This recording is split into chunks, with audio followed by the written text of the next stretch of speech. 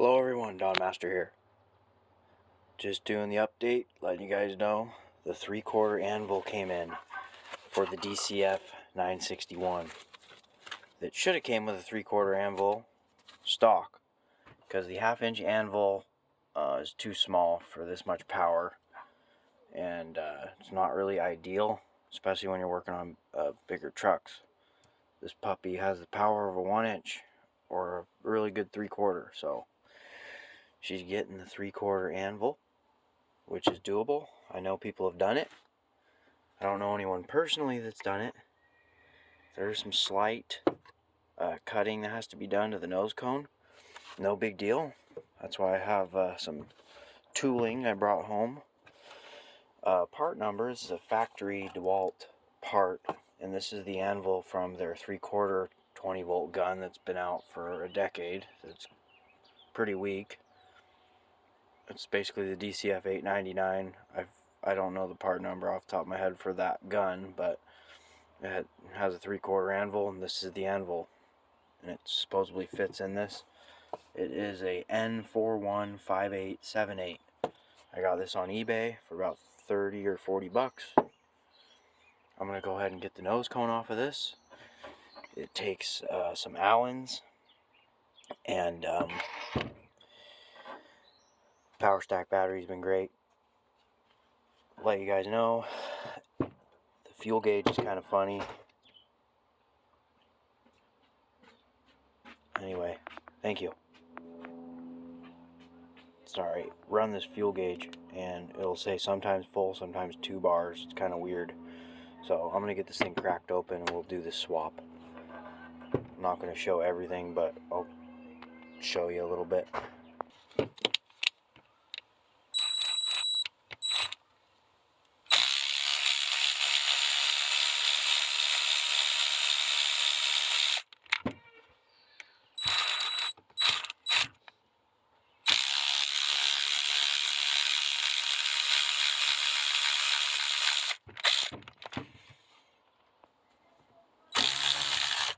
Well, some of those are pretty tight.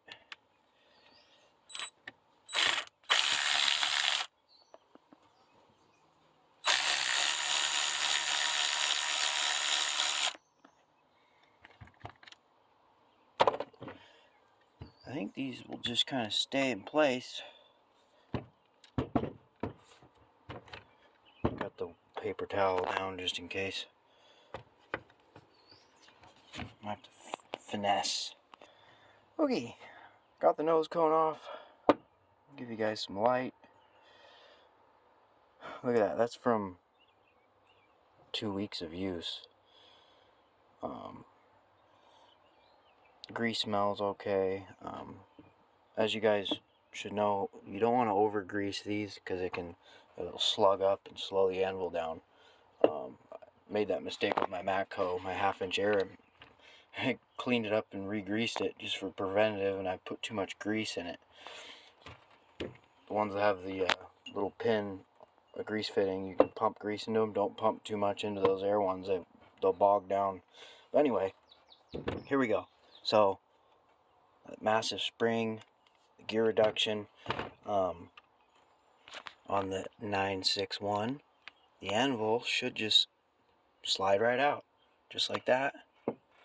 And then you see the difference.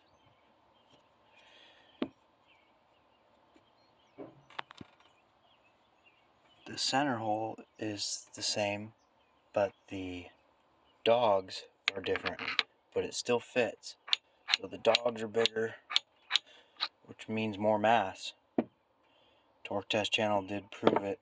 Someone sent them a converted one, like what I'm doing, and the converted one was able to put down more torque. They had a 9 amp hour on it on their bigger Skidmore torque unit, and it was pretty powerful with this 3/4, so I'm excited.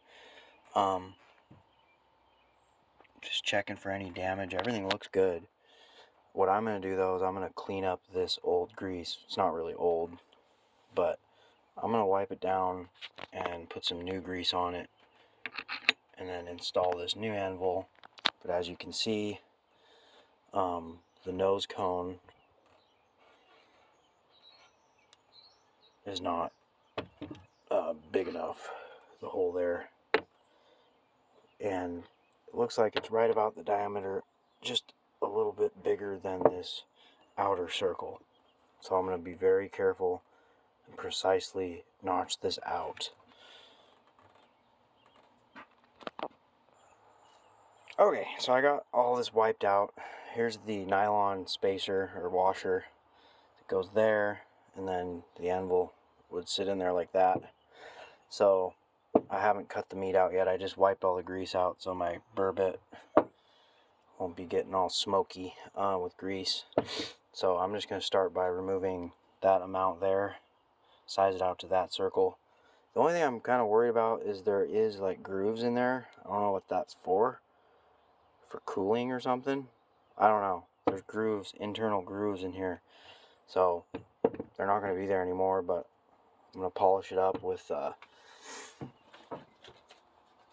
I'm going to put burr bit on the snap-on. I have the die grinder, and I'm going to originally use a burr bit, and then I'll go to this to kind of polish it when I'm done.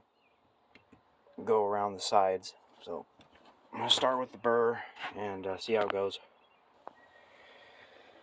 Okay, I've been going away with the carbide, and it's pretty thick through there, but I'll get it tuned in, but I got most of the meat gone. I'm going to have to go past that outer circle, this edge. So now I'm going to start fine tuning, being a little bit more careful now that I got most of the meat out of there. But there's still a ways to go, as you can see, but we're getting close. But this is what you gotta do if you're sick of waiting for them to bring the 3/4 out, which I was told summer, but I don't think it's gonna happen. This is taking a really long time, but I will get it done. I will figure it out. We'll get her done. Alright guys, about to screw it down. I did get it sized out. That's what it looks like with the new 3/4. Just need to tighten the screws down. Give her a rip. Alright guys, I'm excited. It's all done.